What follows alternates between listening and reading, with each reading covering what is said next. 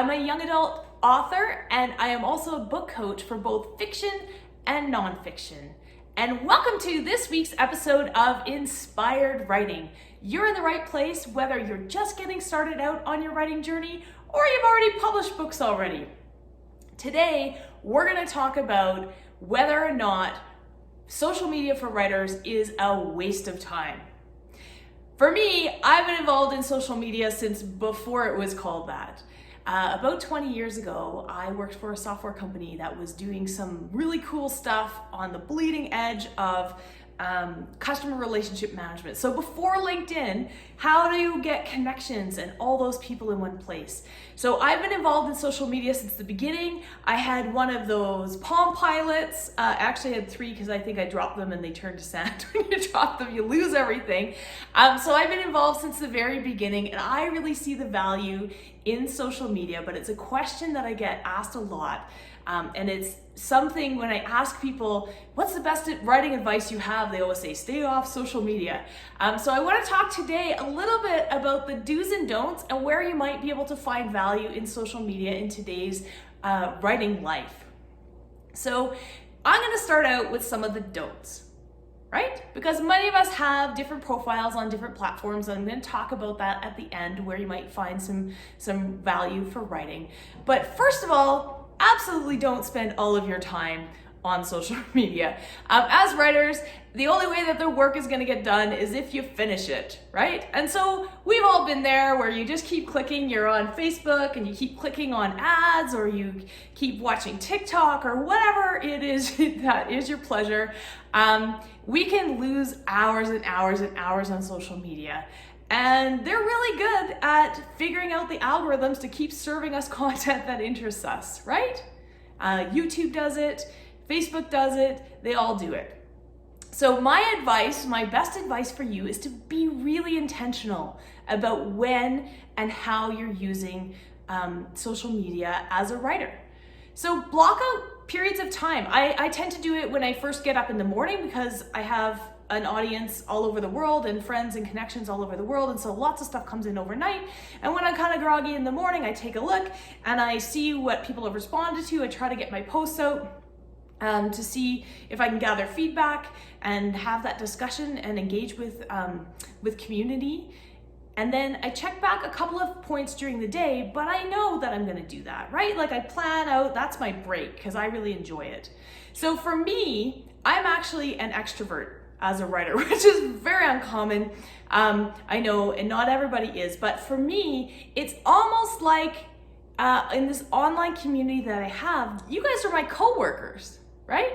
So we, as writers, work alone a lot. And many of us work from home, especially since COVID has hit.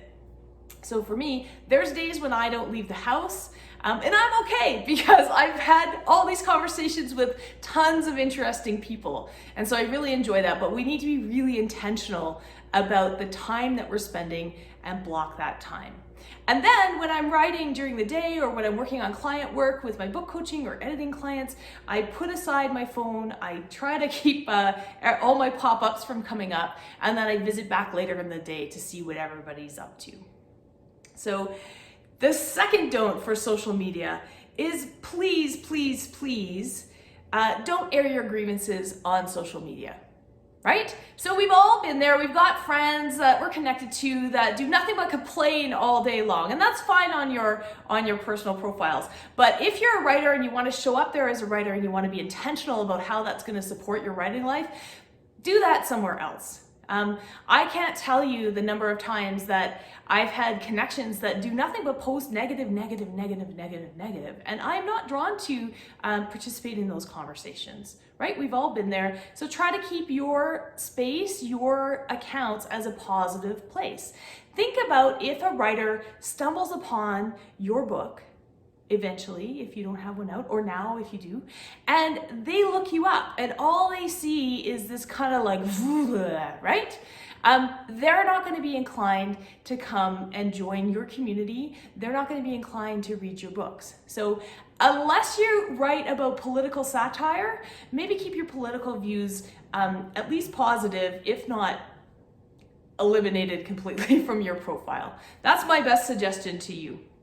And my tip number 3 about what not to do on social media is please don't just post buy my book and have a whole bunch of spammy links, okay? I get invited probably almost daily to exchange links with people. Please post my book and I'll post yours. Not many of us are actually getting sales off of that type of thing. What we want to do and what people are looking for in social media is actually the social component of it, right? How are we contributing to their lives and how are they contributing to our lives? And posting a link about buy my book, buy my book, buy my book, buy my book doesn't help that. When it does help is if you've actually created a space on your channels that readers can come for something that they get out of it. So for me, I love to provide writing tips. I start conversations about writing and I help other writers. And people know that if they come to me, I'm gonna answer their questions. And so when I post something, eventually, I hopefully don't just post a link that says buy my book. I'll be like, hey, here it is and I'm excited about this new launch and here's how you can help support me or here's how you can get it. Here's what's in it. I do all kinds of other content around it that should be entertaining and not just a link. The other thing I'm finding is that the algorithms don't favor when we share things. So when people say, hey, can you share my link where I post my book? It doesn't help much. I get I might get 100 comments on something new that I've actually created. If I share somebody's link, I get nothing, right? Because it just doesn't go through. What's much more helpful if you want to support somebody is to go onto that link that they've shared or to go onto that post. Hopefully they've shared more than just a link and they've shared some backstory about why they wrote this book or something that it draws the reader in. Go and comment on it. Go and comment on that post to show the algorithms that people want to see that content and it will start serving it in other places. So I could talk all day long about social media and I'll probably be doing lots more posts with helpful tips, but I just wanted to leave this video with some places where you might be able to go on the internet and find social media platforms that could be helpful for your writing life, depending on what you want to do. There's 3 different markets that I actually have. So I deal with other writers that I don't know. I have a community of close-knit writers that I interact with on a daily basis. You guys are my coworkers, and I'm always looking for more coworkers. So anybody who I sort of interact with on a daily basis and support their things and they support my things, you guys are my peeps and I wanna grow that network as well. But then there's also readers. And so it's hard to find all 3 of those things in different areas of the internet. So I'll share with you some of my current strategies and probably as soon as you are watching this video, it's going to be out of date next week, but I'll promise to continue to update it. But I just wanted to talk about a few channels because the one channel that I got started on with my writing life years and years ago was Twitter. Now, I have nearly 30,000 followers on Twitter, and the reason for that is because I was really active on Twitter when I was first trying to get published. I interacted with communities. There's a bunch of hashtags. I'll put some of the hashtags in the comments for this, but hashtag writing community is a good one there that has a lot of aspiring writers, new up and coming writers. And you can get help and feedback and chat and everything. And you know who else is on Twitter? Is publishers and agents. Some of them are exclusively on Twitter, and you can, if you follow them, you can get all kinds of insights about what it is that they're looking for, and you can get to know those agents and publishers before you pitch them your book so that you can get to know the space a little bit. So there's a lot of business being done on Twitter, and there's a lot of people in the writing community that are still using Twitter for a lot of things. I don't find it's great for getting like posts out. I don't get a lot of retweets or whatever, but the information is there. There's a lot of people in the writing community using Twitter. So if you're not there already, it is worth spending some time, especially if there's somebody that you truly admire and you want to know what it is that they're doing. Chances are, if you take a look on Twitter, you're going to hear personal first-hand accounts from them on a regular basis, which is really cool, right? The second place that I like to play is Facebook. So if you guys are not already in my Facebook communities, well, not just follow my profiles. I keep my profiles very separate. I have a personal profile where I post family pictures and interact with friends and people that I've met in person. Some of you may be on that too. And if I met you in person and I know you, then you might be on my personal profile. Otherwise, I've got this public profile which talks all about my writing life.